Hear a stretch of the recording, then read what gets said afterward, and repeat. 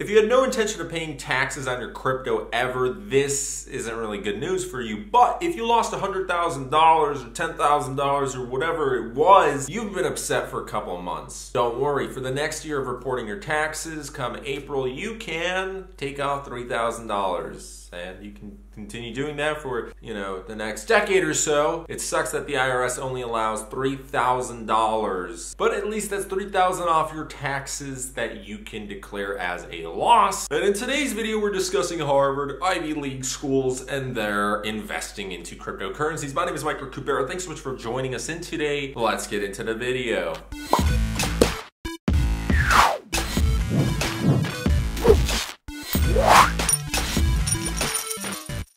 And I would like to begin this video with Patrick Bet-David from Valuetainment. He's approaching 1 million subscribers. Absolutely amazing video. It is linked down in the description below. The biggest scam in America. I studied in Poland, even though I went to an American high school. I'm an American. I was born in Chicago. That's because American colleges and universities are absurd. They are expensive and they're rising. Expensive doesn't even fit it for some of these places. It is like a $40,000, $50,000, $60,000. You see $100,000, $150,000 tuition. This is annual payments, which most students can't even afford 1/10 of that, so they get student loans. And you do this for 4 years or 6 or 8, some people more. That's why you have people with $300,000 loans, which don't go away with bankruptcies. So this and taxes, those two are the only two fees you cannot escape ever, even after death.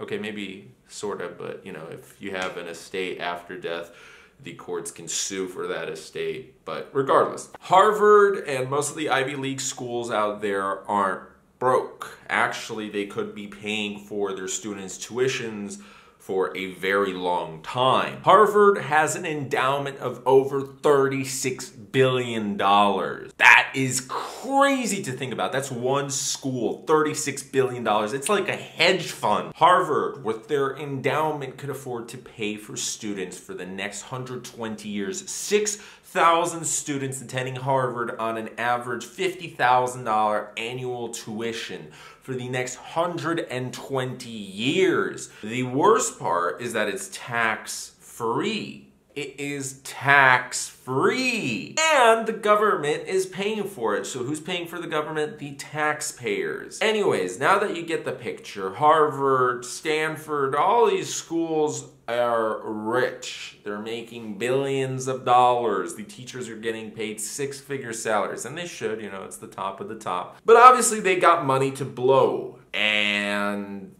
they're a little bit smart. They're interested in cryptocurrencies, the next best thing. They're hearing about it. So what do they do? What do they do? Oh my God. By the way, guys, school, university is free in Europe, most European states, if you're a citizen. And if you're not a citizen, that's okay. It's going to cost you a couple $1,000s, probably less than a community college in America. Harvard, Stanford, MIT, Dartmouth, and Yale are investing into crypto with their funds. Reports show that university endowments have invested tens of millions of dollars into these crypto funds, which in turn invest in both physical cryptocurrencies and equity in cryptocurrency companies. Yale University has a $29.4 billion endowment, so they allocated a significant portion of that. By significant, it's only tens of millions. It's not even a full percent. It's not even close to that. So really, they don't care about tens of millions of dollars. If they make hundreds of millions, great. If they don't, whatever. Now, the key thing to realize is this tags along with the previous video I made,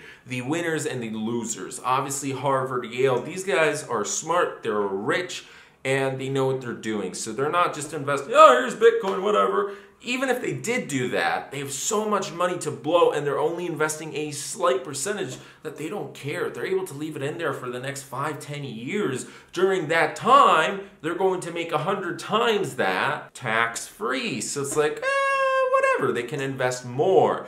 But they're going about it by investing into a cryptocurrency fund, which in turn is, yeah, sure is buying some cryptos, but it's investing in equity into companies, which usually, if you are throwing, hey, company, which is trying to raise $10 million, I'm going to purchase 10% of your equity for X amount. Oh no, we can't do that. Well, negotiations until they get such a good deal that in certain cases, let's say ICOs. ICOs are kind of, 2017, but it's an easy example to go off of. If you're purchasing equity, if you're getting a certain amount of tokens, you're able to get a really good deal, maybe triple, quadruple your salary if you are a normal employee. But if you are an investor, let's say you get tokens half off, right? As soon as the ICO successfully completes, you get money from the ICO, of course, as long as you have equity in the coins and equity in the company, so those two are different. But then as soon as the ICO gets onto an exchange, the token is listed, it goes up in value, or even if it falls in value, you're able to dump all your coins because you got them half off. So you can dump on everybody else, but you made 10, 20, 30%. And if you're talking about millions of dollars, that is a fair amount of profit. So the winners are winning further. Money is used to create further mountains of capital. What do you guys think about all this? I mean, these endowment funds are huge, but of course it's smart to be investing in cryptocurrencies. It's a good thing. It's positive for the cryptosphere.